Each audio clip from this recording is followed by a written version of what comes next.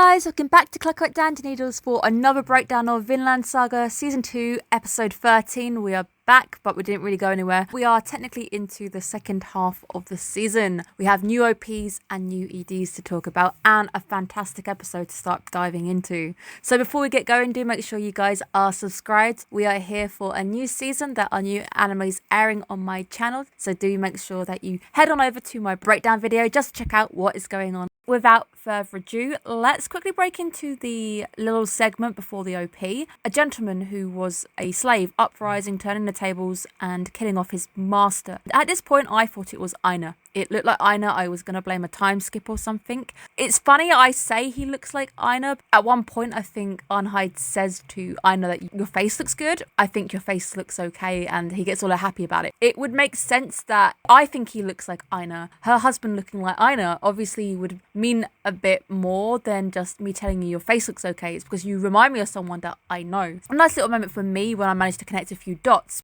It is a fiery start. The OP. Let's talk about the new OP.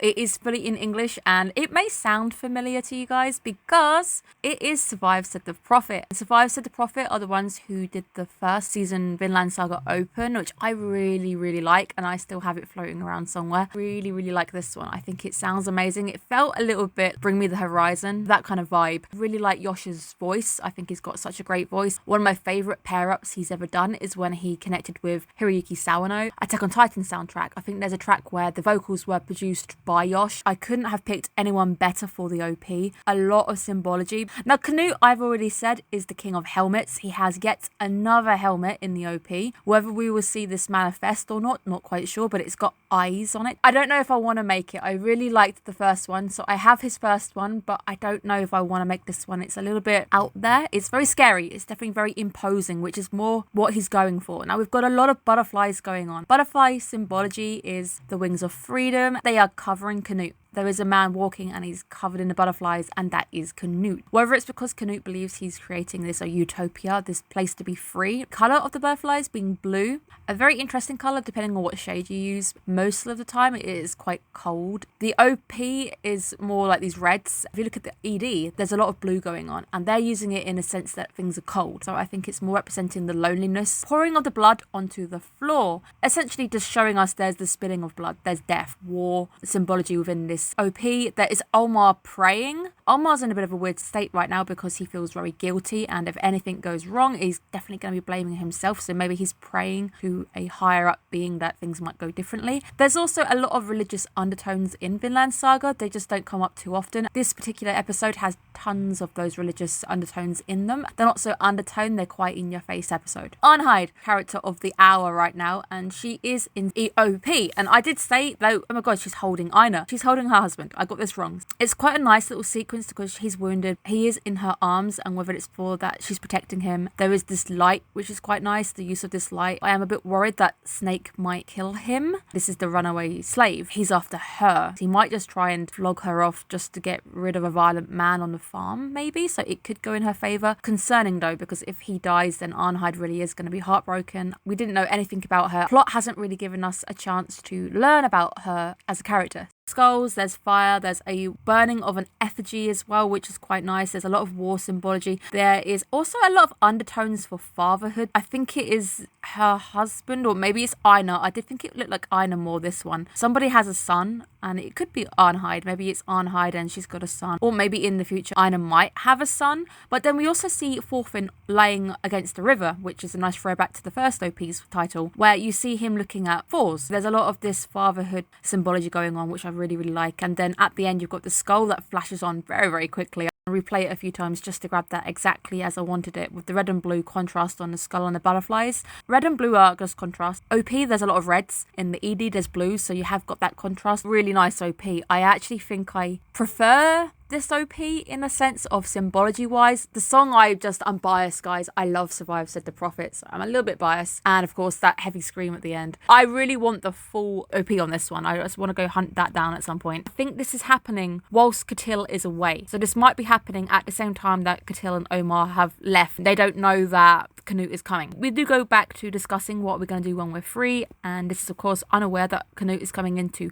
shake things up a bit. Einar does state that he wants to try and free Arnheid, if she does somehow get away with her husband, he doesn't have a reason to stay. I don't know if they would stay because they do say they are debating it. Whether it's because they have this Stockholm type syndrome thing going on where I don't know anything different. I'm so used to the farm now, I don't want to go out into the world again. There's also the worry that if you were to go back out into the world, you'd be turned into a slave again. Would somebody worse get hold of you? Would you be returned to where you want to go? Because I'm just guessing they're not going to take you back to where they stole you from. This question, which is going to be looming over us for a bit, but I don't think they're going to get to make the decision if Canute is coming. I have a feeling he's going to be a bit more merciless, burn it or something. Maybe he will, with all this religious undertones kind of going on. Snake hasn't made an appearance for a while, so it's nice to see him coming up again. As I actually thought the old master had already vanished, and I don't know whether someone had said that we haven't seen him in a while. That or I have predicted this episode, felt like he had already died. He is a very old man. A little bit ironic because he stated the bigger something becomes and the more you're growing things out and the less you can protect it, the more you worry about not being able to protect it. Ironic because it does seem that Canute is coming in to shake things up as well. But it is actually quite a nice moment to see Snake actually looking after him. I know he says that it's because he wants to get something and sell it off. I don't quite buy it because of the way they've had their relationship, the banter with one another. I irritate you, you irritate me type relationship. It's a mutual irritation of one another, and I just think it is the case that he doesn't want to admit that actually I did like the old guy. I think it's that. I do think he's a little bit more soft somewhere at heart. But it does seem that a slight favourable wind is blowing and Arnheid is repurposed look after the old master from the main house slightly better because again the old master treats her better. He's now senile, he can't really do much. We've seen that he's very much a man of himself. He will treat people fairly. We've seen how he treats Aina and Thorfinn. They have eaten with him. He doesn't care really about the slave master type thing. She would have been treated way better with him. She's out of striking distance because the mistress isn't with her, so I'm happy that she's here.